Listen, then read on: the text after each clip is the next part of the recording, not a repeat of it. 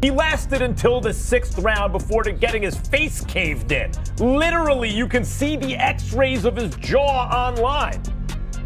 Jake did not beat the count after absorbing the right hand that broke his jaw, and AJ got the KO. Guys, let me come out and say the story to me coming out of this fight is Jake Paul. This dude is a maniac in the best sense of the word. Imagine standing in a boxing ring in Miami, staring across at a man who weighs 243 pounds, owns an Olympic gold medal, and has spent his entire life perfecting the art of the knockout. For years, the world claimed Jake Paul was a protected influencer, a fighter who only faced retired MMA legends or athletes who didn't know how to throw a proper jab. But on Friday night, that protection disappeared. When Anthony Joshua's right hand landed in the 6th round, it wasn't just a punch, it was a structural collapse. Jake's eyes glazed over. His mouth hung open in silent shock. And for a brief moment, the entire circus of influencer boxing became very real. By the time he hit the canvas for the 4th and final time, the spectacle had turned into something far more serious. This is the worst defense in boxing. Jake fires his signature overhand right while dropping his left hand. Although the shot lands clean, Joshua takes it well and goes to counter with his own right. But Jake completely crosses his arms, leaving himself wide open for the counter. So Joshua makes him pay with a right that hurts. Most people see a knockout and think the fight is over. But for Jake Paul, the nightmare was only beginning. After the cameras stopped rolling and the $50 million checks were signed, the medical reality set in. Jake wasn't just hurt, his jaw was shattered in 2 separate places. This wasn't something he could simply walk off. He was rushed to the hospital, where surgeons had to reconstruct his face using 2 titanium plates that were talking about missing teeth, a 7-day liquid-only diet, and a constant, numbing pain that no amount of YouTube fame could fix. It's one thing to talk about being a fighter. It's another to spend a week drinking meals through a straw because a former world champion caved your face in. The doctor says I may not be able to eat solid food again. He also advised I stop talking shit I can't flush. Despite his broken jaw, the most shocking part of the night may have been the reaction from boxing experts. On the latest episode of Inside the Ring, Max Kellerman and Malik didn't just analyze the loss, they analyzed the mindset behind it.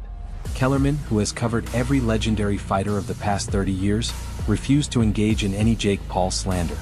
Instead, he described Jake as delusional in the best possible way, comparing him to a literary hero who refuses to let reality dictate his limits.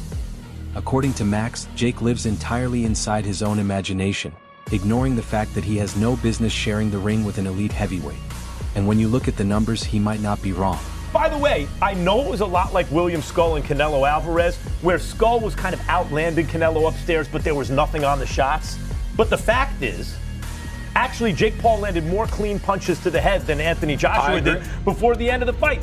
What he did was amazing. Yes. And guys, he also did something else by taking this fight. What Jake did was retroactively justify fighting a guy like Tank Davis, or even trying to make that fight, because what Jake is demonstrating here is, okay, everybody, you're accusing me of having to fight an ancient Mike Tyson, or a tiny Tank Davis, or an old MMA fighter. I'm really thinking about how to make a global event that people are interested in, that captures your imagination. Watch this. I'll put myself on the short side of that. Yes. I'll get in and fight. It's not about who's bigger, who's smaller, who's older, who's younger. It's about what is a compelling event. By the way, whether or not you agree with that, I don't 100% agree with that way of thinking, but that's his way of thinking. He did it again, and I gotta take my hat off to him. I was amazed that he was able to get into the 6th round with Anthony Joshua. Believe it or not, before that final bone-crushing right hand landed, Jake Paul was actually outlanding Anthony Joshua in clean headshots. Let that sink in. A man who started boxing on YouTube was consistently touching a 2-time world heavyweight champion. This stat alone is what divided the panel.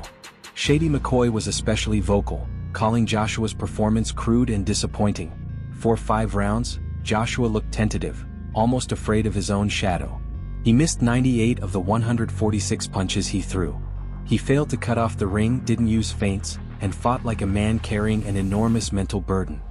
The game plan from both guys from round 1. Jake was very mobile. I mean, he had the happy feet going. He was circling around the outside of the ring. He was not looking to engage in elongated combinations. He was not looking to stand in the center of the ring with AJ, and people are going to say Jake ran from AJ, and you're right. Because guess why? He absolutely had to. Again, talked about this in the build-up to the fight. He had to be mobile. He had to be on his bike. So yes, you're justified in saying Jake ran from him because he had to. He had to. And anybody that convinced themselves that Jake was going to walk to the center of the ring, stand in the phone booth with AJ, and trade punches until someone laid flat, you were lying to yourself, or you convinced yourself of something you saw in the promo. This was always going to be the way the fight went. I wasn't surprised at all that this is the way that Jake started and pretty much fought the entire time. I was a bit surprised that AJ didn't assert himself earlier. Now again, it is very hard to hurt someone that doesn't want to engage in a continuous fight. Round one, very much a feeling out process for AJ. Didn't really look like he did much, but Jake didn't either. There was one right hand that AJ landed in the first round that shook Jake up. That's the danger that was coming for Jake the entirety of the... Kellerman believes he knows exactly why Joshua looked so uncomfortable,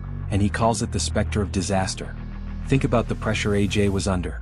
If he knocks Jake Paul out in 30 seconds, critics say, so what? He beat a YouTuber. But if he gets caught by one lucky punch and loses, his entire legacy vanishes instantly. That fear of embarrassment can paralyze even elite athletes. It turned Joshua into a pale shadow of the man who fought Vladimir Klitschko in 2017. He was so focused on avoiding mistakes that he forgot how to be a destroyer. It took him 6 rounds to do what a rising prospect like Moses Itama might have done in 60 seconds. Jake Paul, from the beginning to now, he has got better and better and better. And then another thing is, like, we keep forgetting that he's supposed to fight Gervonta Davis. Again, and that happened fast. Gervonta wouldn't have stopped. But hold on. And now you fighting Anthony Joshua? Yes. Like, so now you go. Also, don't forget, that was an exhibition, too. That would have been. But I'm saying, like, the game plan to fight a guy that's 5'5" Yes. has to change drastically to fight a 6'6" heavyweight champ. Like, give him credit for that, too. And by choice, JD. But the problem with you, I'm having weight right now, Max, and you let him off the hook. Go ahead. Anthony Joshua to be a heavyweight champ, the way y'all talk about him, Shady's right. he looked terrible. I have to say, and when Shady's right. Tyson Fury puts his hands on him, I can't wait. Shady's right this time. I give Shady a lot of crap on the show about Joshua. I was disappointed. That wasn't embarrassing. I don't think he so. He couldn't cut off the ring. Right? That's concerning. No I feints. understand it's a bigger ring, right? It's 22 by 22. No feints. He's right. And I've seen a lot of people on social media saying Joshua went easy on him. I don't think so. I think Joshua was trying. Look at Jake's face. You think he went easy? I don't think he went easy. He would have left the broken jaw out. That's as dumb as the people who show you, like, Mike Tyson throwing the right hand that he stopped saying Mike was not trying to hurt Jake Paul. When, in fact, all boxing fans who know what they were looking at were very grateful that Jake didn't hurt Mike in that fight, right? I agree. AJ is a different story. This is what I would say about AJ's performance. There was supposed to maybe be another fight between now and the Tyson-Fury fight as a tune-up. Were I advising AJ, I would cancel that fight. No fights. Immediately. No more fights until you, because There's no telling what happened type of thing? There's no telling what happened. Even Malik Scott, a man deeply rooted in elite boxing and a trainer to top-level fighters, admitted he was wrong. Malik entered the fight as a strong doubter. But watching Jake rise from 3 knockdowns with a shattered jaw changed his perspective completely. Jake didn't just survive. He stayed conscious, defiant, and mentally present until the very end. That there's a viral clip of Jake spitting blood onto the canvas, trying to process the fact that his face was broken. He wasn't crying. He wasn't looking for a way out. If anything, he seemed proud of the beating he took. That kind of heart can't be taught. And according to Malik, that's when Jake finally earned his respect. Not love him. Come on. No question. I mean, the fact that he would fight for a cruiserweight world title, he's fought, now he has had 3 real professional fights against guys around his size. Chavez. One of them was at, I'm not even talking about Chavez because he was old and came back. I mean, guys who are active fighters. He lost to Tommy Fury, and then he beat 2 guys in Florida in smaller events. But they were active fighters with winning records, okay? So on those 3 cruiserweight fights, he wants a cruiserweight title shot. Now, he'll get it if he wants it because he means a lot of money. Do you think he's ready to fight for a cruiserweight title, Malik? In 4 or 5 fights, yes, I do. Right, he needs another 4 or 5. Yeah, Now, 4 or but 5. the danger is he, just like with AJ, he could lose in one of those 4 or 5 fights. I don't think so. I don't think so because the matchmaking, they've been doing a great job at that. The first chance he took was against Anthony Joshua, and look how he did. Shady, he did incredible. By the way, when the fight ended, he was conscious. He got his, like, the dude has so much heart. He He's was so on the happy floor that he had a broken with a jaw, broken jaw, and he's like, whoa. He was just happy to be a part of it. And I was happy that I was happy for him because I had a lot of doubt, and he earned my respect. Yes. I'm a Jake Paul fan for sure. But let's just slow it down, fellas. Put the timeout, 30-second timeout. Who you gonna put him in there with? You said contender for a cruiser. Who's the cruiserweight that just beat Badu Jack? Yeah. Noel McCallion.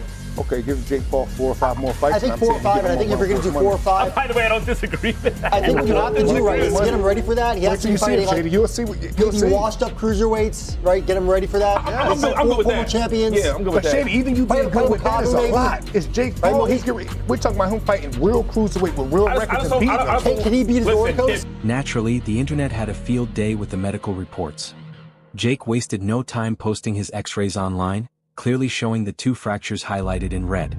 But in classic Jake Paul fashion, he paired the injury with a joke, immediately calling out Canelo Alvarez for a fight in just 10 days. This is the exact delusion Kellerman was talking about. Most people would be re-evaluating their life choices after a double jaw fracture. Jake, instead, is already marketing the next $50 million event. Now the debate has shifted to his corner. Should his trainers have stopped the fight earlier? Reddit threads are exploding with fans questioning whether they failed him by allowing him to enter the 6th round while clearly exhausted and severely injured. A great game plan and preparation, unbelievable heart.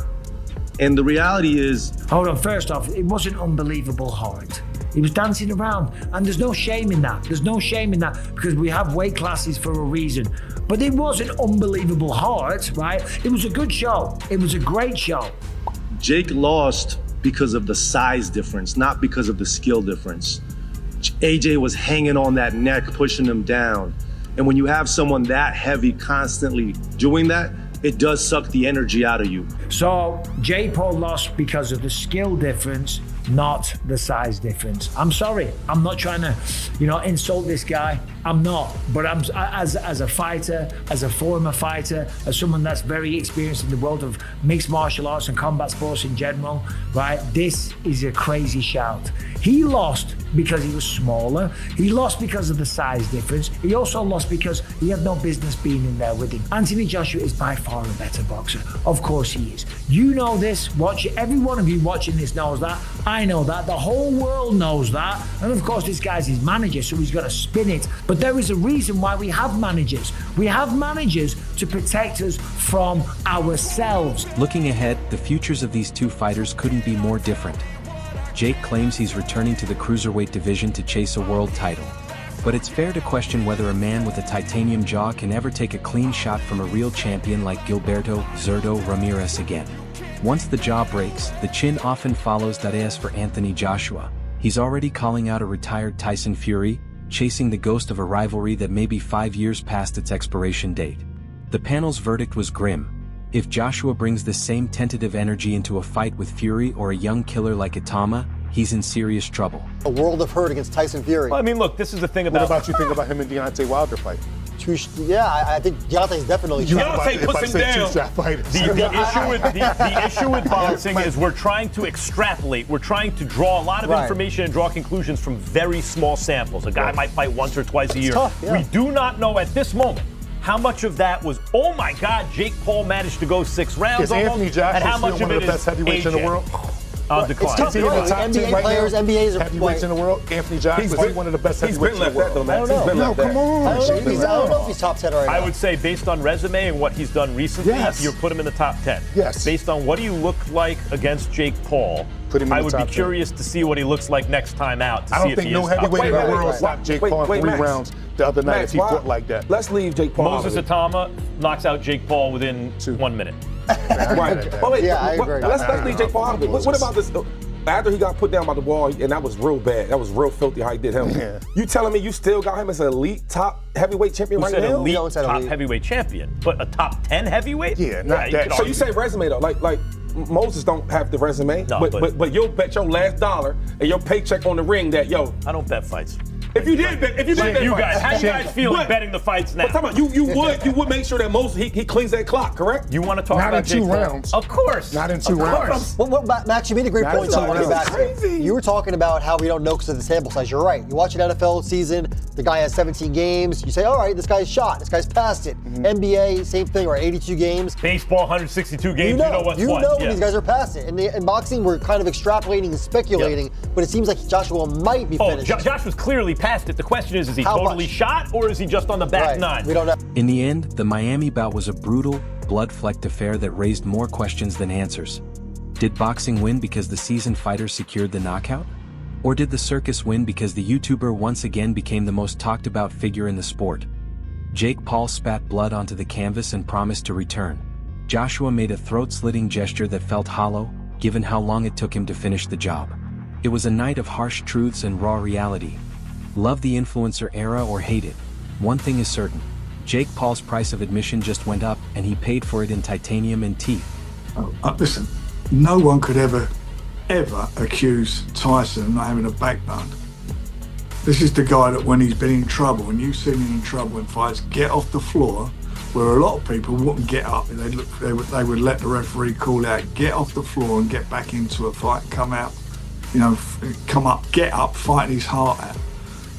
He's a warrior, a true warrior, and his 2 losses were very close fights against AJ.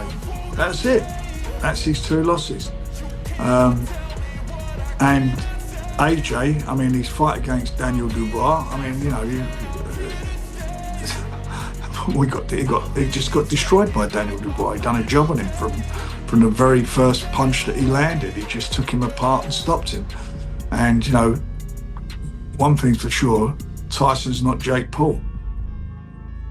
And for me, and I was very vocal and very adamant that Daniel Dubois would do what he did before the fight. And I know that Tyson, and I really do believe Tyson will do the same thing. And if the fight happens, and it's all about one thing if the fight happens, Tyson said what his requirements are financially, etc. If they're met, he'll be in there. If they're not met, then it won't happen.